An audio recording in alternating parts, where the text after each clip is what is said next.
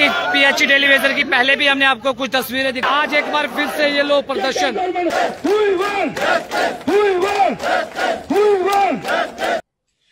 नमस्कार।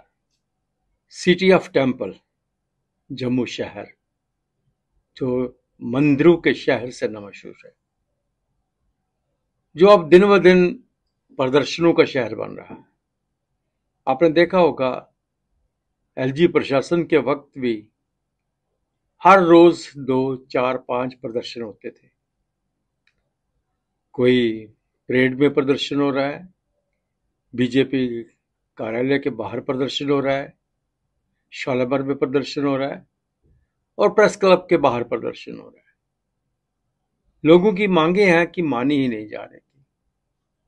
हर एक यही कह रहा था कि सरकार बनेगी तो सरकार बनने के बाद कुछ उम्मीदें जागेंगी ताकि हमारी ये मांगे पूरी की जाए।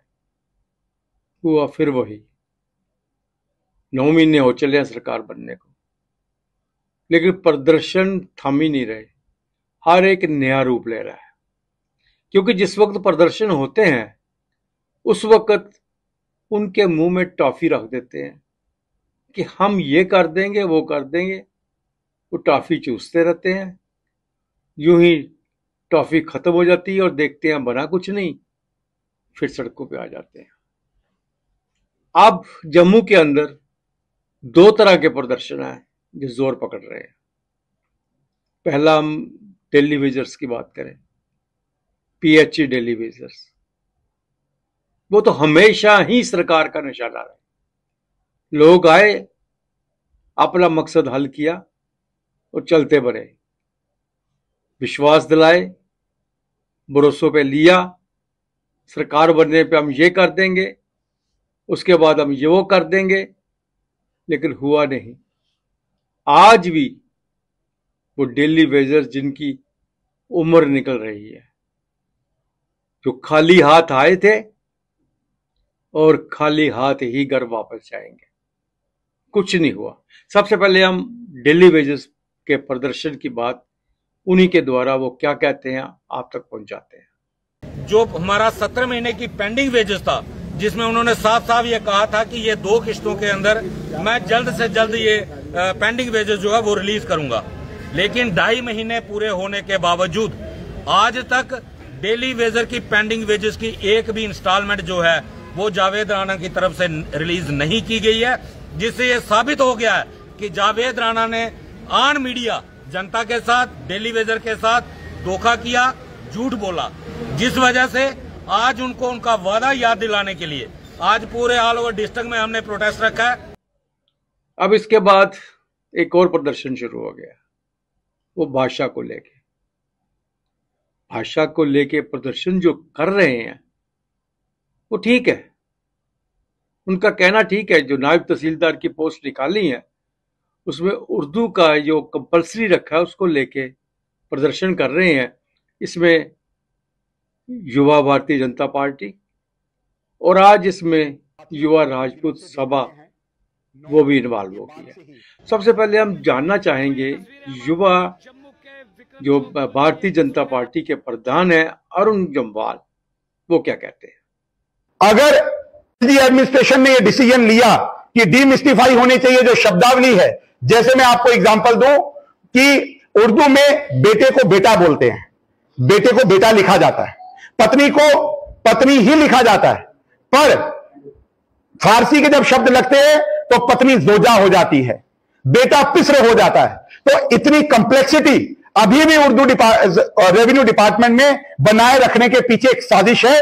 जब पूरा देश डिजिटाइजेशन की ओर बढ़ रहा है, जब पूरे देश के अंदर एक डिजिटल इंडिया का कैंपेन चल रहा है कि सब चीजें ऑनलाइन होंगी, पर यहां पर आज भी उस चीज को डिमोट करके, और ये जब से सरकार बनी है ये उसको प्रमोशन के बजाय उसको सप्रेस करने की कोशिश कर रही है।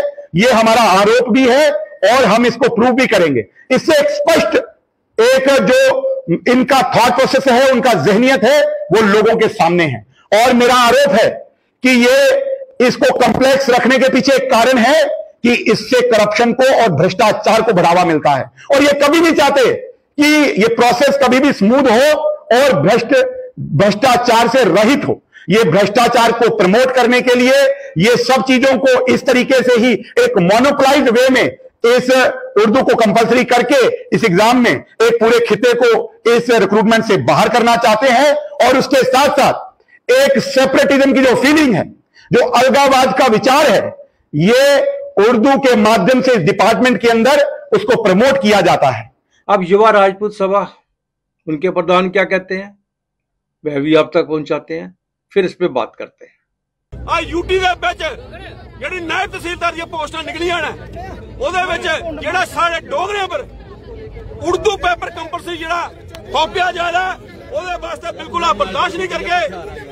ਸਾਡੀ युवा राजपूत सभा की टीम बड़े दिन अस दिक्खे दे असें गी लोग टौंचा मारे दे कि तुस हर गल्ला बिच अग्गे आई जंदे हो। अस बड़े दिन दिक्खे दे कि कौन एह्दे पर बोलदा ते कौन एह्दी लड़ाई चुकदा, लेकिन कुसै ने भी एह्दे पर कोई संज्ञान नहीं लिया। एक कल्ला बीजेपी दा युवा प्रधान जेड़ा अरुण प्रभात जेड़ा कल्ला लड़ा रहा राजपूत, वो भी राजपूत है ते कल्ला लड़ा रहा। बाकी अस जेह्ड़े 28 विधायक ने उन्हें भी आख्या कि उंदे बिच्चा भी कोई बाहर नहीं निकलिया। ते अज डिप्टी सीएम और युवा राजपूत सभा टप्पड़ियां कर रहे हैं कि युवा राजपूत सभा सड़कें में आई जंदी है। पिछले 10 साल युवा राजपूत सभा ने किया गया है। ते डिप्टी सीएम साहब की ये गल सुनाना चाहते हैं कि जेड़ा किश किया जम्मू की आवाज चुकी है ते युवा राजपूत सभा ने 10 साल चुकी है, कोई और संगठन ने ते कोई पार्टी ने नहीं चुकी है। युवा राजपूत सभा ने डोगरे जगाइया रखा, डोगरे की लड़ाई लड़ी है। अस आखना चाहते हैं डिप्टी सीएम 6 महीने हुए सरकार बने दे, तुम लोग बोर्ड लैते देने साढ़े डोगरे कोला ते गुणगान तुस कश्मीरियों का गा दियो, गराई का काम तुस करा दियो ते तुस साढ़े लोगों का इंसाफ है जेड़ा ओदी इंसाफ की लड़ाई नहीं करा दे। अज जम्मू का जिन्ना भी नौजवान है वो सारा बेरोजगार फिरा दा। साढ़े बच्चे इत्थे खड़ोते लानी है जिन्हें जम्मू वास्ते इन्नी मेहनत की है, नेशनल इंटरनेशनल मेडल आते हैं, अज वो भी बच्चे साढ़े कनानी है साड़ा साथ दे ने, क्योंकि वो भी चाहते हैं कि उनकी लड़ाई युवा राजपूत सभा लड़े और उन्हें इंसाफ मिले। पिछले 10 साल का रगड़ा खा लेना। मसला आपके सामने है, नायब तहसीलदार की पोस्टर निकली है जिसमें से उर्दू का होना जरूरी है, उर्दू की नॉलेज जरूरी है और उसके 50 नंबर भी हैं। अब ये कहते हैं कि उर्दू नहीं होना चाहिए। क्या ये नई बात है? अभी इन्हीं के प्रधान जो है 2008 का हवाला दे रहे थे, 2008 में क्या हुआ, 2019 में क्या हुआ और 2019 के बाद कितने कैंडिडेट थे जो सिलेक्ट हो चुके थे लेकिन इंटरव्यू में उन्हें बाहर निकाल दिया गया। क्यों? क्योंकि वो उर्दू नहीं जानते थे।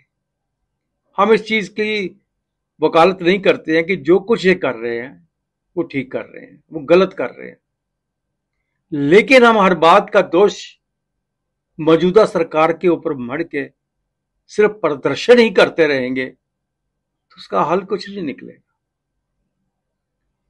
शायद ये भूल गए हैं, जब 2019 की बात करते हैं, 2019 से पहले जब पोस्टर निकली थी तब भारतीय जनता पार्टी और पीडीपी गठबंधन की सरकार थी और उन्होंने कोई कोशिश नहीं की कि इसमें अमेंडमेंट लाने की, क्योंकि इसमें अमेंडमेंट लाने पे कैबिनेट मीटिंग होती है, कैबिनेट से पास करवाया जाता है और असेंबली में लाके एक अमेंडमेंट लाई जाती है। नहीं तो एसएसबी क्या है, वो तो उसी जो प्रोफार्मा बना हुआ सरकार का उसी को निकाल देती है, उसी के हिसाब से वो पोस्ट एडवर्टाइज करती है और बाद में सड़कों पर शोर शराबा होता है।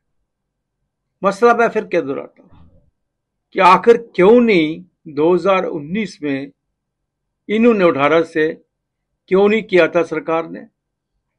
अगर सरकार ने नहीं किया तो उसके बाद जब एलजी की हुकूमत थी, यहाँ पे एलजी की हुकूमत केंद्र की हुकूमत थी, भारतीय जनता पार्टी की इनडायरेक्ट वे से हुकूमत थी और डायरेक्ट वे से भी आप कह सकते हैं, क्या उस वक्त ये अमेंडमेंट नहीं लाई जा सकती थी? आज सड़कों पे खड़े होके आप जो शोर कर रहे हैं, उर्दू को हटा दिया जाए, अगर यही स्टेप उस वक्त लिया होता तो अब तक आपके बहुत से कैंडिडेट जो है वो सिलेक्ट भी हो चुके होते। क्योंकि जो लग रहा है इन हालातों से, यही लग रहा है कि यहां पे पहले तो पोस्टर निकलेंगी नहीं, अगर निकलेंगी तो वो कोर्ट की भेंट चढ़ जाएंगी और इन प्रोटेस्ट की भेंट चढ़ जाएंगी। इससे ज्यादा कुछ नहीं होगा। पीछे मुड़ के देखो, यहां वक्त था तब आपने वो अपने हाथ से निकाल दिया, और आज सड़कों पे खड़े होके बड़े बड़े नारे दिखा रहे हो, बड़ी बड़ी बातें लोगों को समझा रहे हो। ये बातें उस वक्त क्यों नहीं समझाई? आज ये मौका ही नहीं आता। लेकिन दुख की बात यह है कि हमें राजनीति करनी है और राजनीति के सहारे ही चलना है। हमें तो मौका मिलना चाहिए सड़कों पे बैठने का, सड़कों पे आके कुछ ना कुछ कहने का।